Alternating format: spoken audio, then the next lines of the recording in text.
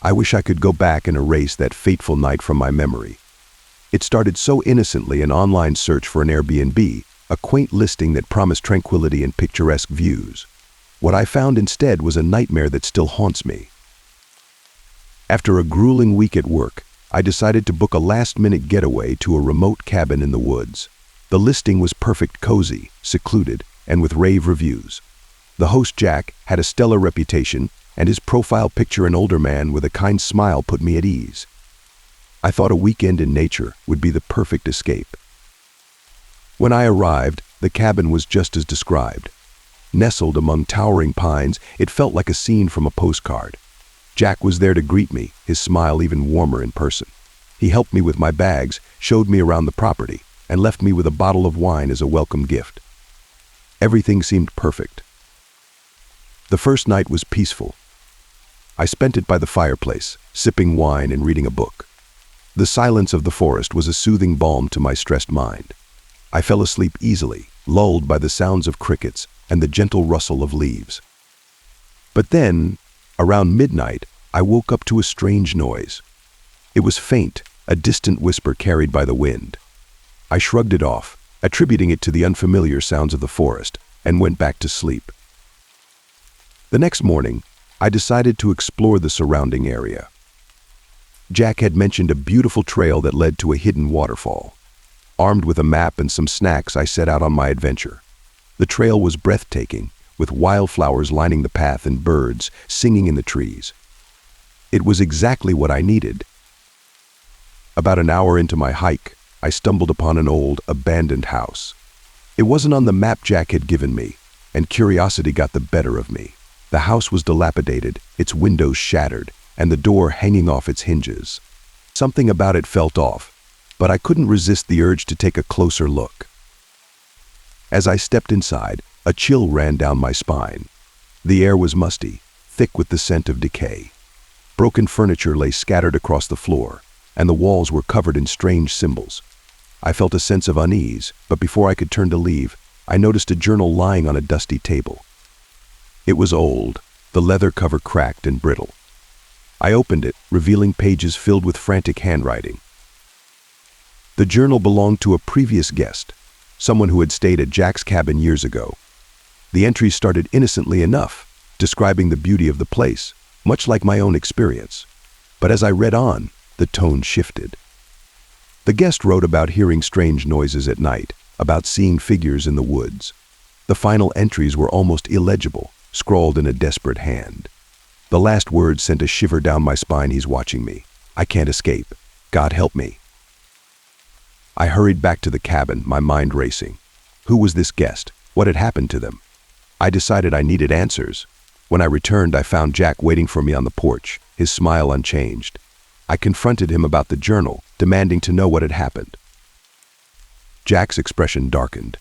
He insisted he knew nothing about it, that the journal must have belonged to someone who had wandered off the trail.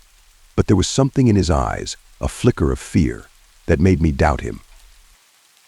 That night, the noises returned, louder this time. Whispers that seemed to come from the walls, from the very air around me. I couldn't sleep, my mind replaying the words from the journal. He's watching me. I can't escape. The next day, I decided to leave. I packed my bags and told Jack I was cutting my trip short. He didn't argue, but as I was about to get into my car, he handed me an envelope. "For your trouble," he said, his voice calm and collected. Inside was a check for $1 million. I stared at it, stunned. "What is this for?" I asked. "To keep quiet about what you found," Jack replied, his eyes cold. "Take the money, leave, and never come back." I wanted to refuse, to throw the check in his face and demand answers, but fear gripped me. I took the envelope and drove away, my mind a whirlwind of confusion and dread. For weeks, I tried to forget what had happened. I didn't cash the check, couldn't bring myself to. But the nightmares started, terrifying dreams of being watched, of whispers in the dark. I couldn't escape the feeling that something was following me, that I was never truly alone. Then, one night, I woke up to find Jack standing in my bedroom. My heart raced, and I reached for my phone, but he was faster. He covered my mouth with his hand, his grip iron tight. You should have cashed the check, he hissed. Now, it's too late. I struggled, but he was too strong. He dragged me out of bed and into the hallway. You saw too much, he said, his voice calm and eerily detached. You should have taken the money and disappeared. He led me to the basement, a place I had rarely visited. It was dark, the air thick with the smell of damp earth. In the dim light, I saw a trapdoor in the floor, something I had never noticed before. Jack opened it, revealing a set of stairs leading down into the darkness. Go, he ordered, pushing me towards the stairs. I hesitated, but a sharp pain in my side made me cry out. He had a knife, its blade glinting in the dim light. Go, or I'll make sure you never see daylight again. With no choice, I descended the stairs, my heart pounding. The air grew colder as I went deeper, the darkness enveloping me. When I reached the bottom, I found myself in a small, dank room. The walls were lined with shelves filled with jars, each containing strange, unidentifiable substances. Jack followed, his presence a looming threat. He pointed to a corner where a makeshift bed lay. You'll stay here until I decide what to do with you, he said. Days turned into weeks.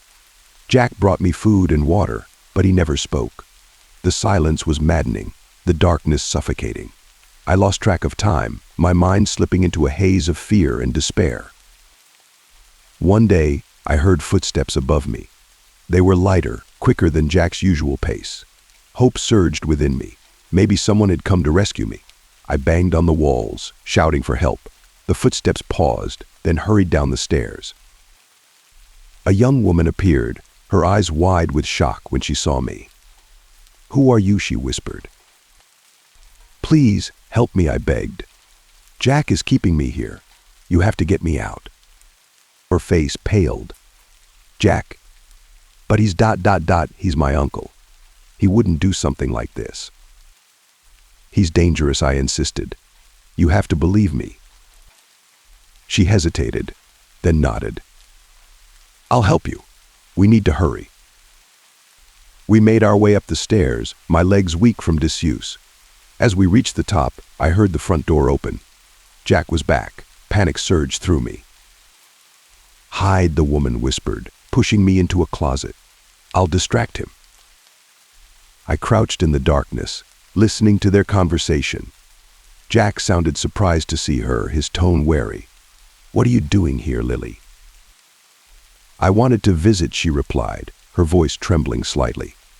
Is that a problem? No, of course not, Jack said, but there was an edge to his voice. I just wasn't expecting you. Minutes passed, each one feeling like an eternity. Finally, the front door closed again.